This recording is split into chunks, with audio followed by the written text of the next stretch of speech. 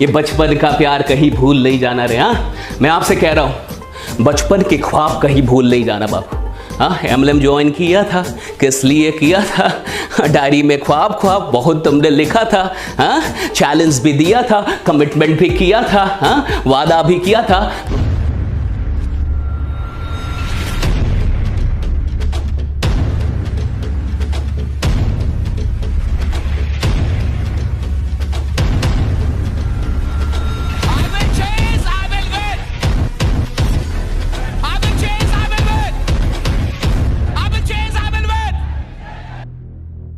वसूलों पे जब आँच आए तो टकराना जरूरी है। वसूलों पे जब आँच आए तो टकराना जरूरी है। जो जिंदा हो तो जिंदा नजर आना जरूरी है। नमस्कार दोस्तों, मैं आशीष कुमार तिवारी स्वागत करता हूं आप सबों का आज के इस वीडियो में। अगर आप नेटवर्क मार्केटिंग कर रहे हैं तो इस वीडियो को पूरे अंत तक देखिएगा। अगर आप कोई ऐसे इंसान है जिसने आज तक नेटवर्क मार्केटिंग ज्वाइन नहीं की तो ये वीडियो आपके लिए काफी इंपॉर्टेंट होने वाली है। और अगर आप कोई ऐसे इंसान है जिसने नेटवर्क मार्केटिंग कभी की थी लेकिन आपने छोड़ दिया या फिर छोड़ने का विचार कर रहे हैं तो इस वीडियो को पूरे अंत तक आप जरूर देखिएगा। आइए दोस्तों, आज के इस टॉपिक को जानते हैं। टॉपिक है कि एमएलएम से मिलेगी असली आजादी। आखिर असली आजादी का अर्थ क्या है? क्या वाकई देश के आजाद होने से आप भी आजाद हो चुके हैं? एक एक करके हम लोग जानेंगे और इसे पूरा समझेंगे। इस वीडियो को पूरे अंत तक देखिएगा, यह काफी काम की वीडियो होने वाली है। और अगर कोई भी आपका ऐसा लीडर है जो आपकी टीम में है लेकिन एक्टिव नहीं है, इनएक्टिव हो चुका है, पैसिव मोड में चला गया, काम नहीं कर रहा, तो आज की इस वीडियो को ऐसे सारे लीडर्स के पास जरूर शेयर कर दीजिएगा, जरूर पहुंचा दीजिएगा। सबसे पहले समझते हैं कि असली आजादी क्या है। क्या देश का आजाद हो जाना ही असली आजादी है? पहला सवाल है मेरा। दूसरा, क्या जिस देश में कुछ ही दिनों पहले लोगों की जिंदगी को पैसों के सामने कुछ ना समझा गया हो, क्या आप इसे असली आजादी कहेंगे? क्या आप भूल गए कि कुछ ही महीनों पहले जब लोग कोविड से परेशान थे तो वहां पे इंसानियत बिक रही थी? 1000 रुपए की चीजों को 90,000 और लाखों रुपए में बेचा जा रहा था। क्या आप इसे असली आजादी कहेंगे? और तीसरी चीज, क्या जिस देश में युवा बेरोजगारी की मार झेल रहे हो, क्या आप इसे असली आजादी कहेंगे? मैं आपसे यह सवाल करता हूं और इन सवालों का जवाब मुझे आपके यहां के कमेंट बॉक्स में चाहिए। कमेंट बॉक्स में मुझे जरूर जवाब दीजिए कि क्या यही असली आजादी है? कोई देश आजाद हो गया तो क्या देश का हर एक इंसान, हर एक परिवार सच में आजाद हो चुका है, या फिर अभी भी वो कई चीजों की गुलामी झेल रहा है? एक एक करके थोड़ा सा समझते हैं। पहली चीज समझते हैं कि असली आजादी का अर्थ क्या है। आप अपने मन से मजबूत हो, ना कि डर के गुलाम हो। पहली चीज कि आपका मन जो है ये मजबूत होना चाहिए, ना कि डर का गुलाम होना चाहिए। आज हम डरे हुए हैं, हमारे मन में डर है। मैं देखता हूं कि बहुत सारे लोग पैसा लगाने से डरते हैं, बिजनेस शुरू करने से डरते हैं। लोग पढ़ाई तो कर रहे हैं लेकिन उनको नौकरी मिलेगी या नहीं मिलेगी इसका डर है। लोग तैयारी कर रहे हैं लेकिन उस तैयारी के बाद वो सफल होंगे या नहीं होंगे इसका डर है।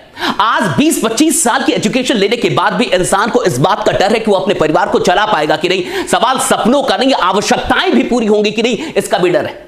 आज लोगों को डर है कि आज वो अगर नौकरी कर रहे हैं तो उनकी नौकरी कब चली जाएगी उनको नहीं पता।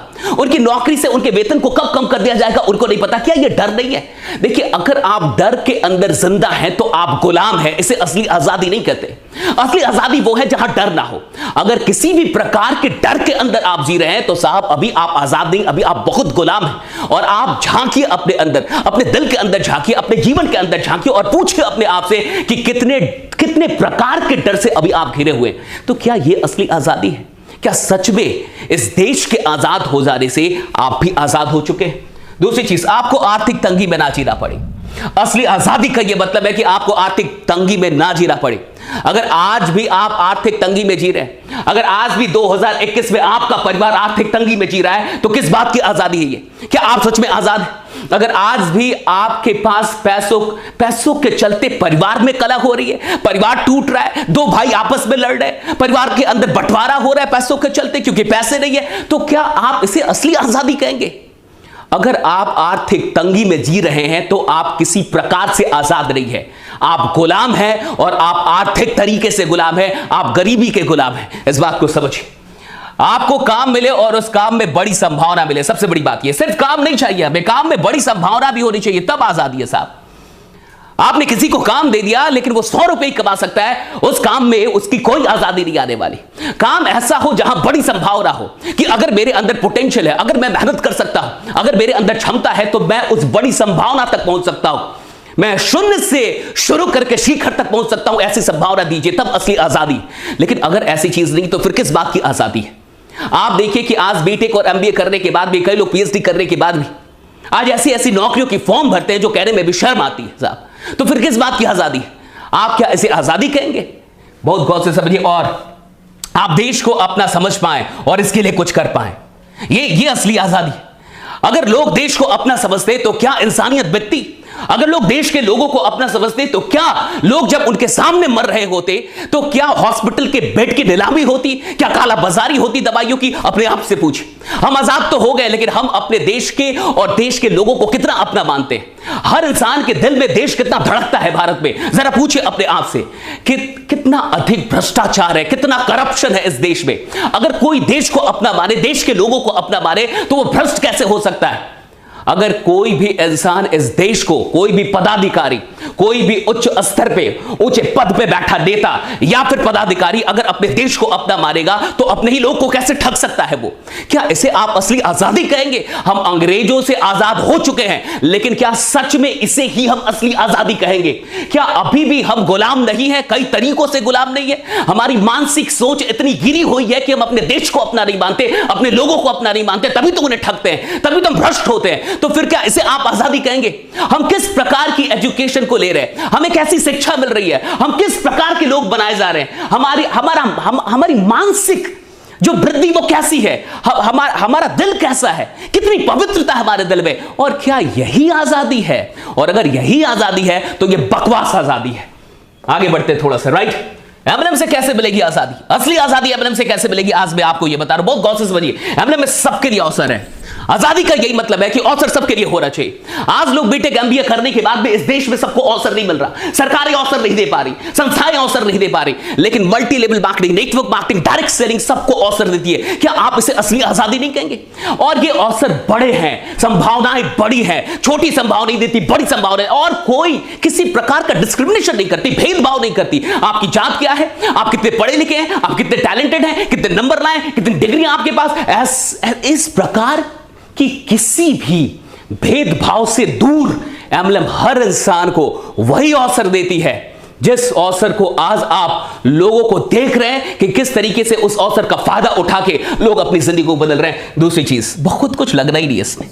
भैया असली आजादी यही है, मैं कुछ बड़ा करना चाहता हूं लेकिन मेरे पास बड़े पैसे नहीं है, मैं कुछ बड़ा करना चाहता हूं लेकिन मेरे पास उतना टैलेंट नहीं है, मैं कुछ बड़ा करना चाहता हूं लेकिन मेरे पास उतनी डिग्रियां नहीं है, मैं कुछ बड़ा करना चाहता हूं लेकिन मेरे पास उतनी नॉलेज नहीं है, मैं कुछ बड़ा करना चाहता हूं लेकिन मेरे पास उतना स्किल नहीं है। और ये सब क्यों नहीं है? क्योंकि मुझे दिया नहीं गया साहब, इसलिए नहीं है क्योंकि मुझे दिया भी नहीं गया। मेरी स्कूलिंग खराब हुई, मुझे जिस कॉलेज में भेजा गया उस कॉलेज में पढ़ाई नहीं हुई, और ये सारे सरकारी तंत्र हैं, इन सरकारी तंत्र ने मिलकर मुझे नालायक बनाया, मुझे ऐसा बनाया कि मैं किसी काम के लायक नहीं हूं। लेकिन मेरे दिल के अंदर जो ख्वाहिश है मेरे दिल के अंदर कि मुझे कुछ बड़ा करना है, और उस चीज के लिए अगर मुझे कोई अवसर दे सकता है, कोई बड़ा अवसर दे सकता है, तो साहब वो तो एमएलएम है, क्योंकि यहां कुछ बड़ा लगना नहीं है, यहां कुछ बड़ा नहीं लगता।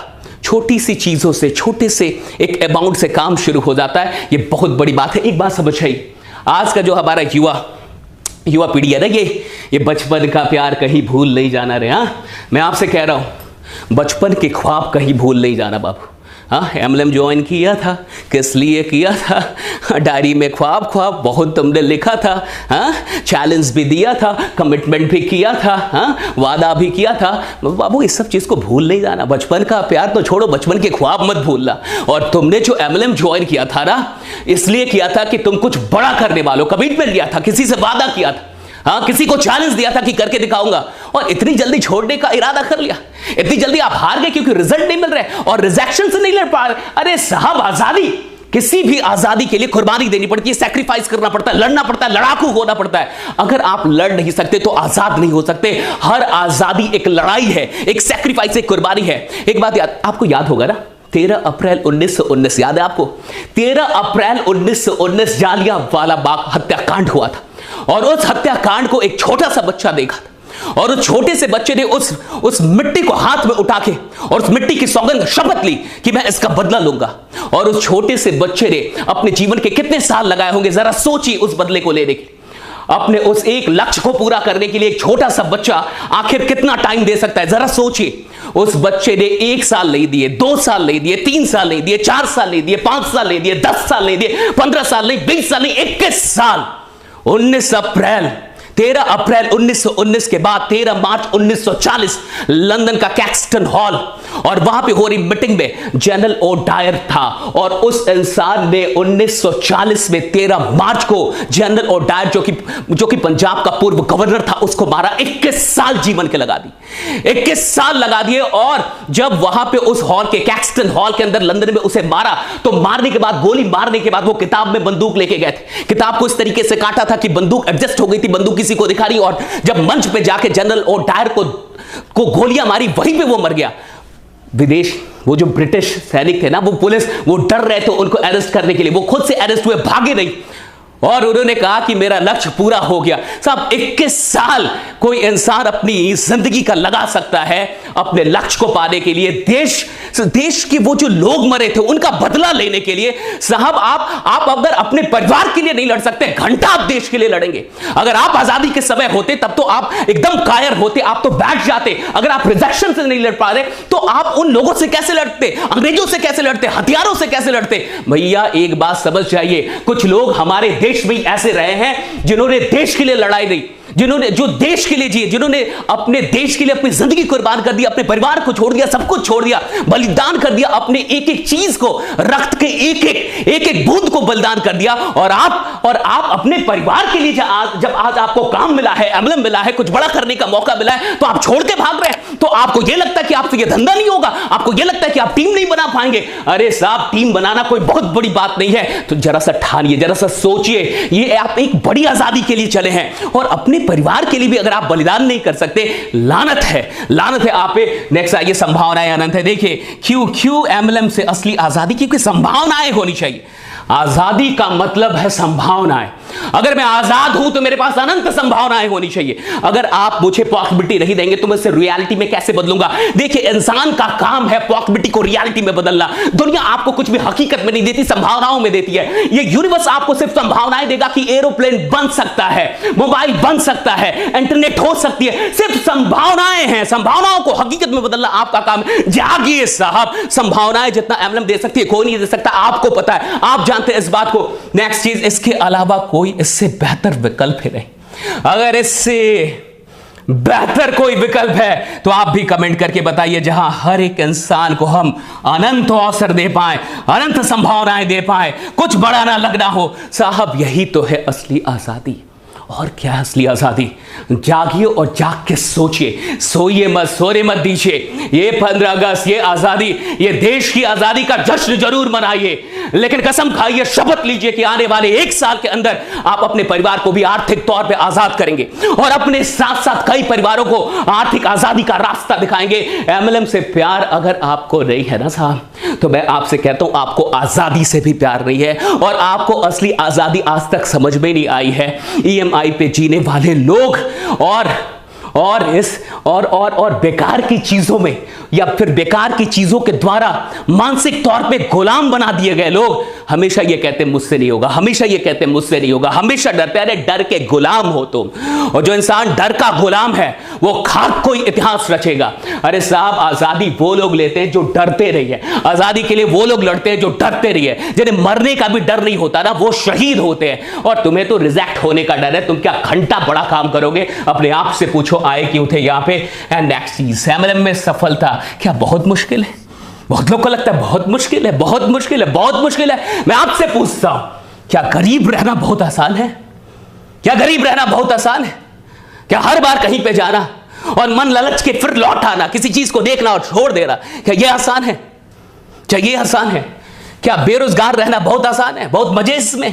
क्या आसान है बेरोजगार रहना? पूछिए एक बेरोजगार युवा से जो घर पे बैठा है, जो रोज घर की कई बातें सुन रहा है, जिसके घर का मौन भी उसे टॉर्चर कर रहा है, जिसके घर की शांति भी उसे बार बार कुछ कह रही है। पूछिए उस इंसान से जाके कि क्या बेरोजगार रहना आसान है? क्या घर बैठे रहना और कुछ अच्छा होगा इसका इंतजार करते रहना, क्या ये बहुत आसान है? क्या सरकारी नौकरी की तैयारी में अपने जीवन का आधा हिस्सा, आधा जीवन गवा देना ये आसान है? साहब मैं आपसे कहता हूं कि अगर एम्बलम करना मुश्किल है तो पूछिए कि क्या गरीब रहना आसान है? क्या एवरेज रहना आसान है? क्या ऑर्डिनरी रहना आसान? साहब जागिए, मुश्किल तो दोनों ही है साहब। अमीर बनना भी मुश्किल है, गरीब रहना भी मुश्किल है। आपको कौन सा मुश्किल पसंद है? आप किस मुश्किल के लिए अपनी जिंदगी को वाकई सैक्रिफाइस करना चाहेंगे। मुझे पता है साहब, गरीब रहना भी बहुत बहुत मुश्किल वाली चीज है। हाँ, ऑर्डिनरी रहना तो और मुश्किल, जहां लोग आपको ना जाने ना पहचाने, ना कोई आपको इज्जत दे, ये तो और मुश्किल जिंदगी होती है साहब। है तो सब कुछ मुश्किल, लेकिन किस मुश्किल के लिए आपको फना होना है, किस मुश्किल के लिए आपको अपनी जिंदगी लुटा देनी है, ये आपको तय कर रहा है। मैं आज सिर्फ आपसे इतना कह सकता हूं, अगर एक उधम सिंह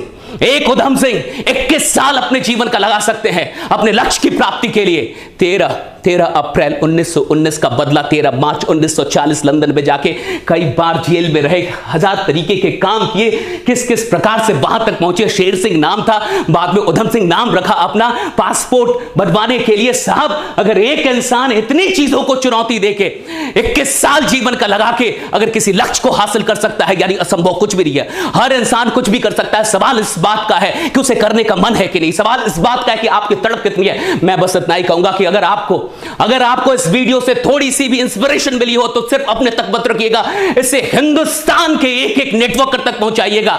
मैं नहीं चाहता कि एक भी नेटवर्कर, एक भी हमारा भाई, एक भी ऐसा इंसान जो इस दुनिया में आया है वो यहां से पराजित होकर जाए। Indian school of network marketing का एक ही लक्ष्य है कि हम किसी को नेटवर्क मार्केटिंग में मरने नहीं देंगे, हम उसे जिंदा करेंगे। मैं आपसे कह रहा हूं, उठ जाइए, वक्त की ये मांग है। अगर आप वाकई असली आजादी चाहते हैं तो नेटवर्क मार्केटिंग से मोहब्बत करना शुरू कर दीजिए। जय हिंद, जय नेटवर्क मार्केटिंग। बने रहिए, जमे रहिए, इस वीडियो को शेयर कर दीजिएगा और हमारे साथ इसी तरीके से अपना सपोर्ट बना के रहिए। हम इतिहास रच रहे हैं और हिंदुस्तान में नेटवर्क मार्केटिंग का कोई बेहतर विकल्प नहीं है। बहुत बहुत शुक्रिया आप तमाम लोगों का। Thank you so much everyone. Thank you. जय हिंद, जय नेटवर्क मार्केटिंग।